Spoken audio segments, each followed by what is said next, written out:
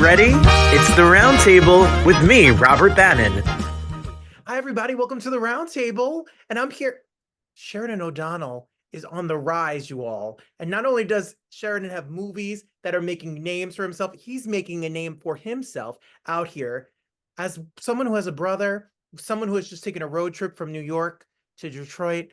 I was moved by your movie. Congratulations. Thank you so much. Thank you for having me.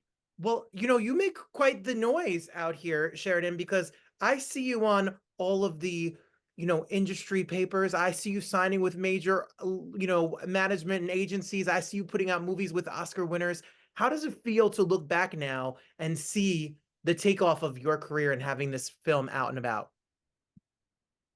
I think it feels, good, but also not overnight because I've been making movies for 15 years. So I think that, it's been quite a journey to get here. But I don't know. I sort of feel like I'm just getting started. I'm very excited for people to see Little Brother. And I have a lot of other stories to tell. And yeah, just excited about the future. Well, Little Brother, has quite the lineup of people that are involved, and it's quite the serious subject matter. How did this film come to your life and your experience? Yeah, it really came from, a very personal place. I was 24 years old, and one of my good friends died by suicide. And he was bipolar and had been struggling with kind of suicidal thoughts sort of for the better part of his life. And after he passed, his dad, who was a journalist, shared some of his journals online. And in those journals, my friend really elaborated on his personal struggles. And I had never really heard somebody talk about their mental health in that way. He had a very clear, rational way, the way that he talked about, his wanting to die and just like that. And I always thought suicide was this kind of rash, overnight response that's just to something tragic in your life. And so really it started there, and it came out of just looking at movies. And that's how I deal with life, really, is through movies. And I couldn't find a movie that really captured his experience.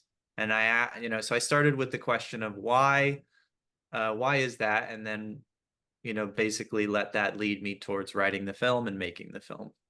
Well, the fact that you get a film made, cast, financed, and then you put it out, you win awards at film festivals like the 2023 Atlanta Film Festival Audience Award, and now you get a theatrical release. The film is coming out on September 17th.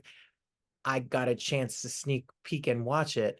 What is moving about the film, again, about besides family and especially dealing with mental health struggles, is the acting in this film is bananas. What was your Thank you. approach to the cast? How are you as a director? What is the way that you get the best performance out of your actors? It's super cliche at this point, but I really like the adage that 90% of movie making is casting the right people. So it really just started with making sure that we had the right people in this movie.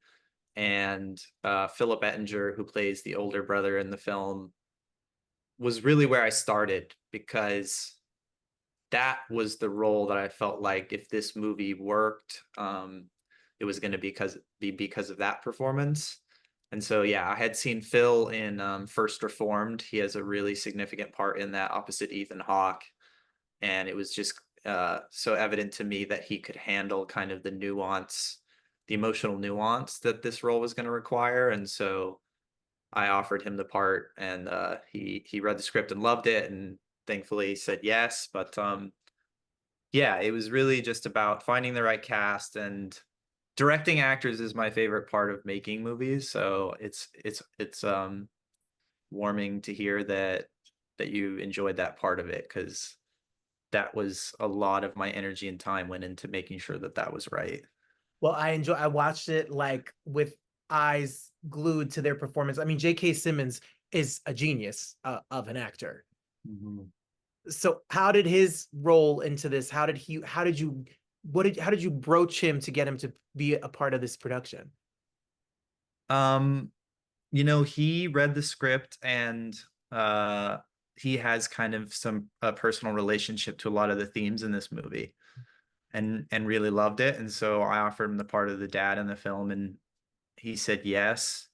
And I think what I'm most excited about is I feel like it's a side to JK you don't get to see often, in this kind of dramatic role that required a lot of emotion of him, a Right. certain kind of emotion. Um, but yeah, it was amazing to work with him.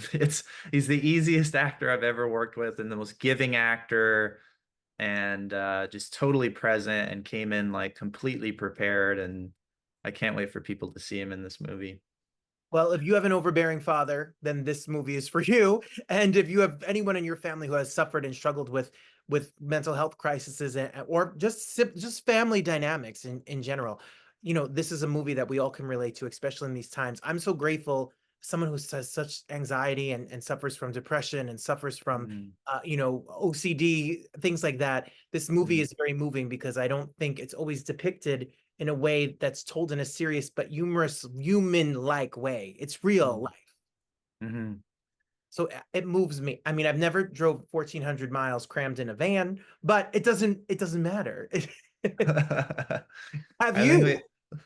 I have, yeah. I mean, the the partly the inspiration for the road trip element of the movie was that my brother moved from Albuquerque to Seattle, and so I helped him move, and I drove him across the country. And my family, we kind of like, my siblings, we sort of love and hate each other with like a great amount of intensity. So on that trip, we exhausted, every one of our like gripes with each other, but also just bonded in a way that was like really deep. And it was after that trip and thinking about all the other stuff I said about mental health that I was like, oh, wouldn't it be interesting to take a conversation and put it in the, vehicle, no pun intended, of a road trip, like to have that be the device that the characters go through, because it is all those things. You get a chance to really prismatically go through everything in your life, and that's what Little Brother really is. It's a road movie. So September 17th, Little Brother in theaters. What was it like when this film was acquired and you get a theatrical release? It was, yeah, I mean, I'm sort of still in the fog of it right now in terms of just like the excitement of it. It meant the world to me, and mostly really just excited to get the film to audiences, because I've been working on the film for 6 years. It took me 6 years to make the movie. So, this was a film that was really designed for audiences, and really to hopefully resonate deeply with anybody who has some kind of a relationship with the material. So, you know, I'm just excited and thrilled that hopefully people will be able to connect with it in that way. And yeah, just to Well, watch it. your story is fascinating. I mean, you're born in Texas, raised in New Mexico, your lineage, your history, like, and also you're outspoken about your own journey, your own struggles, your own personality, your own the way that you handle you're working on documentaries that are follow-ups about, neurodiversity and people's disabilities and struggles. Why are you so open? Why is that such an important part of your story and your art? I think a recurring theme in my life and in my work is vulnerability. Hmm. And it was after I made Little Brother that um, a few people who saw it commented that they were surprised at the vulnerability that the male characters had. And it was interesting to hear that, because I thought, oh, that's just me and my family. The way we grew up, my dad is very kind of sensitive and emotional.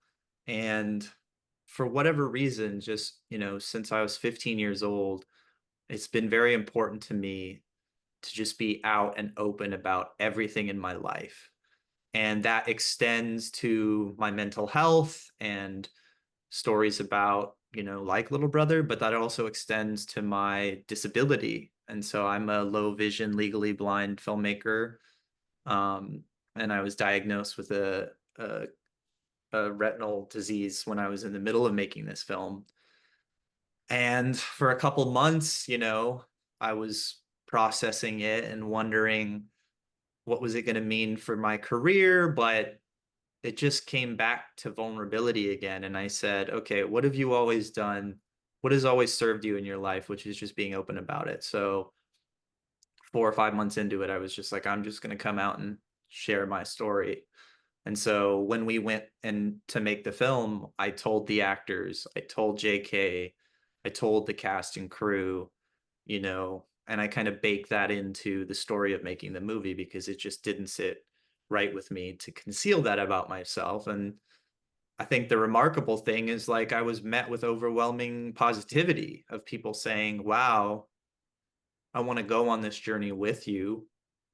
And I think it created a sense of trust, and that openness was reciprocated to me. So it kind of reverberated through the whole production. So department heads and my actors knew that they could come to me and be honest about things. And that's the sort of like space I want to be in as an artist, is where my collaborators can bring themselves into the film, can share. I was having conversations about mental health and suicide with my costume designer, with my production designer. And so all of that seeps into the DNA of the film.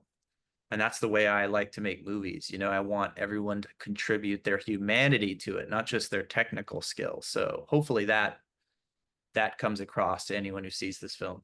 Well, it sure did to me, and that's what is so moving, because the vulnerability and the humanity of it is what makes the story so believable and true. You won't be watching this and thinking that they're actors. You think that they're a family. You think they're brothers.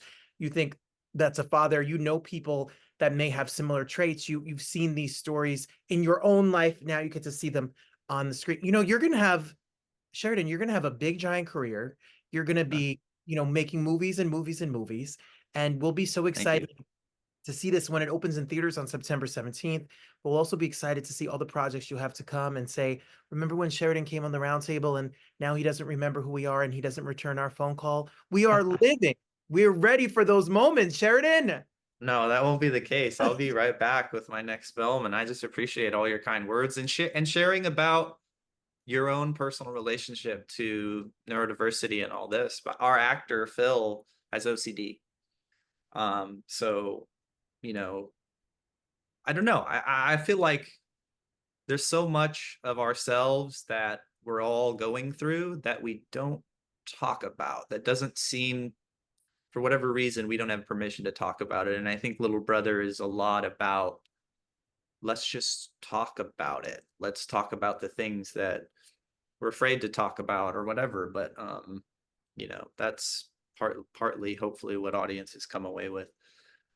Well, I sure did. And I'm so excited for people to see this. Make sure you check out the film. Go to the theater. Go to the theater, get your bucket of popcorn, get yourself that soda, take a date night, go with a friend, go with your brother, father, family, and check out the movie. And I promise you that you'll enjoy it.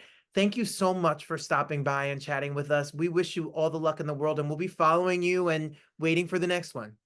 Thank you, Robert. I appreciate it. Thank you.